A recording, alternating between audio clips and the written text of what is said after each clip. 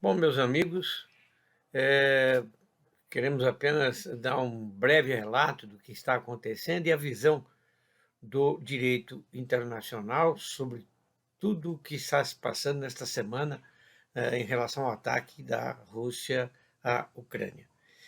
Vários aspectos podem ser analisados e todos eles não podemos deixar de lado, como os aspectos fáticos, os aspectos jurídicos e das organizações internacionais. Em termos fáticos, aquela é uma região sempre muito complicada, porque a Ucrânia é um país da Europa, que tem o Mar Negro, as montanhas, a Rússia e a União Europeia como vizinhos, vamos dizer assim. É um país que sempre, é um território que sempre esteve nas disputas internacionais, sempre foi invadida eh, por vários povos, né, por tribos eslavas que lá se fixaram, pelos vikings, pelos mongóis, pela Lituânia, pela Polônia e, finalmente, pela Rússia, quando a Rússia ajudou a expulsar os poloneses, quer dizer, ajudou a expulsar os poloneses que lá estavam e ficou tomando conta do território. Em 1922, portanto, a Ucrânia passou a fazer parte da União Socialista, da União das Repúblicas Socialistas Soviéticas. Em 1944, houve o desmembramento dessa união, como todos nós sabemos, e passou-se a formar a comunidade de estados independentes, e a Ucrânia passou a ser efetivamente um estado independente. No entanto, nas cidades que todos tiveram notícia, que é de Donetsk e de Lugansk, ficaram concentrados os revoltosos ou aqueles que eram favoráveis aos russos, ou os russos mais concentrados nestas cidades, que é o motivo o motivo oficial de início pelo qual a Rússia resolveu atacar a Ucrânia. A OTAN precisa ser vista, precisa ser também analisada. Por quê? Porque a OTAN foi criada em 1949, a Organização dos Tratados do Atlântico Norte, Organização do Tratado, desculpe, do Atlântico Norte, organizada em 1949, logo após a Segunda Guerra Mundial, após 1945, congregando todos os países para uma defesa em relação à outra parte. Então vejam vocês que esse sistema internacional que vivemos agora não é um sistema de todo seguro, ou que nasceu seguro. Já nasceu com defeitos, já nasceu com problemas, porque o mundo foi dividido em duas partes e as duas partes desconfiadas uma da outra. Né? A OTAN, pela influência dos Estados Unidos, dos Estados livres e democráticos, vamos dizer assim, que venceram a Segunda Guerra Mundial, resolveu abrir um guarda-chuva, um leque de defesa de eventual ataque a um Estado qualquer pertencente à OTAN. Então, qualquer Estado da OTAN que fosse atacado, a OTAN, como organização, reagiria. E é o que está no seu tratado, que está no seu estatuto constitutivo. Por sua vez, a Rússia fez o Pacto de Varsóvia, né? A União das Repúblicas Socialistas Soviéticas fez o Pacto de Varsóvia com a mesma finalidade do lado de lá. Ocorre que, isso foi em 1955, um pouquinho mais tarde, ocorre que em 1991, mais ou menos em 1991, esse pacto caiu, né? Desfez-se o Pacto de Varsóvia. E, portanto, ao se desfazer o Pacto de Varsóvia, os outros países, os países independentes, caiu a União das Repúblicas Socialistas Soviéticas, desfez-se o pacto, e os países da comunidade independentes, dentre eles a Ucrânia, passaram a ter autonomia, passaram a ter soberania, como tem todos os países do mundo, como tem a própria Rússia, reconhecida já a partir de 1945, que o sistema jurídico internacional reconheceria a independência, a autonomia e soberania dos países a partir de 1945. Então, a Rússia perdeu um pouquinho de força política. Além do que, os países que eram antes do Pacto de Varsóvia, muitos dos países que eram antes do Pacto de Varsóvia, foram para a OTAN. né? E esse foi um grande problema. Nós temos lá a República Tcheca, a Eslováquia, a Eslovênia, a Lituânia, enfim, a Croácia, Montenegro, Macedônia do Norte, a Hungria, todos esses países foram para a OTAN. Não foi para a OTAN a Ucrânia, né? E a Ucrânia está num pedaço de terra que seria interessante em termos estratégicos. Como um país soberano que é, ela poderia filiar-se a qualquer associação, mas os russos ficaram em cima, não deixaram que isso acontecesse e demonstraram, pelo menos oficialmente, que há um medo terrível de que a Ucrânia vá pertencer à OTAN, porque a partir daí a OTAN também teria o dever de defender a Ucrânia contra qualquer invasão da Rússia. Então, os russos ficaram temerosos disso, e aí o que acontece? Por conta dessas duas regiões que citamos, de separatistas, os russos resolveram justificar uma independência do grupo desses separatistas estranho, né? Porque você tem essa possibilidade de reconhecimento da independência do Estado Novo quando esse Estado Novo realmente passa a existir, quando ele contraria o governo central e domina uma parte do território, o que, no fundo, não tinha acontecido com nenhuma dessas duas regiões, com nenhuma dessas duas cidades. Então, esse reconhecimento de independência da Rússia só tinha uma finalidade: passando a ser um Estado reconhecido pela Rússia, ou dois Estados reconhecidos pela Rússia, a Rússia poderia aí enviar tropas, tanques, como falou num primeiro momento, para garantir a paz e a soberania desses estados. Ocorre que a Rússia resolveu adentrar a Ucrânia.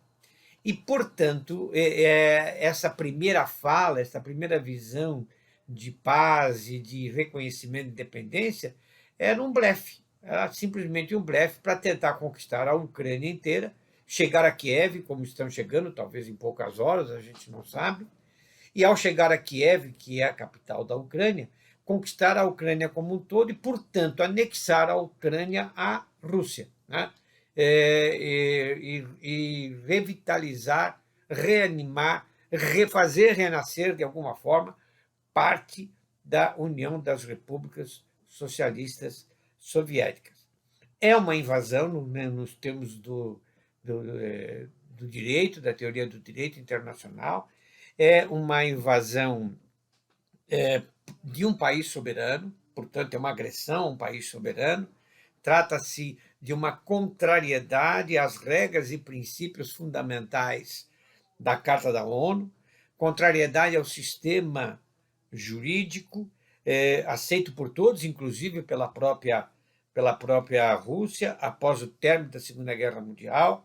A Rússia busca, com isso, mudar talvez a geografia política do mundo, a estrutura política do mundo, e, como nós dissemos, ressuscitar a União das Repúblicas Socialistas Soviéticas. Isso significa que, se vitoriosa, a ação russa pode talvez atingir de morte a ordem jurídica internacional, porque essa ordem vai ter que persistir e vai ter que, de algum modo, acomodar estas coisas, o que é muito difícil, porque na ordem jurídica internacional, no sistema jurídico internacional, até hoje aceito por todos, está na Carta da ONU, qualquer agressão de um país ao outro significa infringência da Carta da ONU, infringência dos princípios que lá estão. E a Carta da ONU é baseada na soberania, o sistema jurídico internacional é baseado na soberania de todos os países, não importa se tecnologicamente, militarmente, economicamente, uns mais fortes que os outros, não importa se o país é reconhecido, se tem fronteiras, se tem governo, se tem sistema, se tem povo. Esse país é um país soberano e, portanto, não pode ser atacado de jeito nenhum. E não pode ser contrariado ou ser visto nos seus assuntos internos. Os assuntos internos são resolvidos por cada país, dentro de cada país. Há uma contrariedade ao pacta sunt servanda, que é um princípio máximo, né? o respeito aos tratados internacionais. A Rússia está desrespeitando vários tratados internacionais, inclusive o Tratado Constitutivo da própria Organização das Nações Unidas. E, com isso, desrespeita todos os meios pacíficos de solução de litígios, que está posto na Carta da ONU e que deve ser obedecido por todos os países que pertencem a essa grande família, que é a família da ONU. E a própria atuação nesse sentido do Conselho de Segurança da ONU, que a Rússia faz parte, né? Nós temos 5 membros permanentes do Conselho de Segurança da ONU: Estados Unidos, França, Inglaterra, a Rússia e a China. E esses 5 membros permanentes têm o dever de fiscalizar o cumprimento das regras do direito internacional e da Carta da ONU. Então, sempre que um membro da sociedade internacional foge a estas regras, foge a esse contexto, foge a sociedade internacional como imposta a partir de 45, o Conselho de Segurança pode intervir, né? Mas aqui fica difícil. Por que fica difícil? Porque esse Conselho de Segurança, os 5 membros permanentes, têm o poder de veto, né? São 5 membros permanentes, são 5 países mais poderosos, vamos dizer assim, da face da Terra. E a Rússia faz parte desse conselho e, portanto, não vai aprovar nada que seja contrário a ela, né? Ou que possa fazer com que ela tenha que se explicar, ou tenha que dar um passo atrás, tenha que voltar nas suas pretensões, ainda que ficasse só com os separatistas, vamos dizer assim. Não acho que deva ser isto, mas vamos dizer que ainda que ficasse só com os separatistas, podia ainda ter algum caminho diplomático dizendo por que são separatistas, se são independentes, se não são, mas invadir a Ucrânia é um absurdo total. E tem mais, a China, que também é um país de natureza, de origem comunista. Claro, não é similar à Rússia, são coisas diferentes, mas tem muito mais aproximação com a Rússia do que com a Inglaterra, a França e os Estados Unidos. A China também faz parte do Conselho de Segurança da ONU e não vai aprovar absolutamente nada que contrarie a Rússia nesse sentido. Então, nós temos aí um grande problema, né, a ser engendrado, um grande problema a ser resolvido. O meio político, que é do Conselho de Segurança e da Assembleia, não vai funcionar, não tem como funcionar.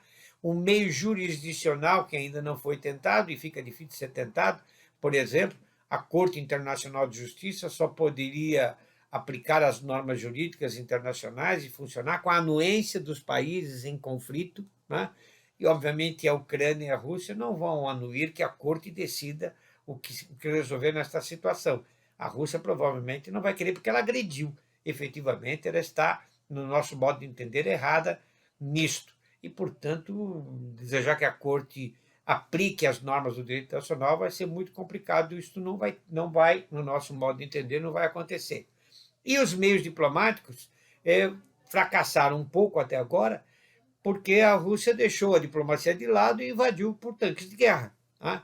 Ainda resta a possibilidade, quem sabe, uma esperança, uma luz no fundo do túnel, de que esses meios diplomáticos ainda possam vir a resolver alguma coisa. É a única possibilidade. Afora esses meios de solução pacífica de conflitos, resta-nos apenas o poder, a guerra, né? E aí, eu não sei, para quem tiver, no seu desiderato, quem tiver mais poder de fogo, né? E a Rússia talvez esteja apostando nisso, que ela tem o poder de fogo, mas ela tem o mundo inteiro contra ela agora, e dentro da própria Rússia há uma boa parte da população que não está favorável ao que Putin fez. Enfim, os desdobramentos vão acontecer durante a semana e poderemos voltar a falar sobre isso, porque isto está em evolução. Isso não dá para saber agora exatamente o que vai acontecer. Vamos ver os próximos passos. A visão do direito internacional é esta que eu falei. Ou o sistema internacional se compromete e resolve o problema, consegue, ele tem força para resolver o problema, é a força do direito, ou o direito da força prevalece. E aí vamos ver o que acontece, se vai ter um novo sistema, se os países ocidentais e os países democráticos, enfim, vão deixar que isso aconteça. A Carta da ONU tem muitos defeitos, mas ainda é a ONU, e ainda é a ONU que evitou várias guerras. Ainda nós temos esperança que isso possa acontecer, principalmente pelos meios diplomáticos. É isso, gente. Muito obrigado.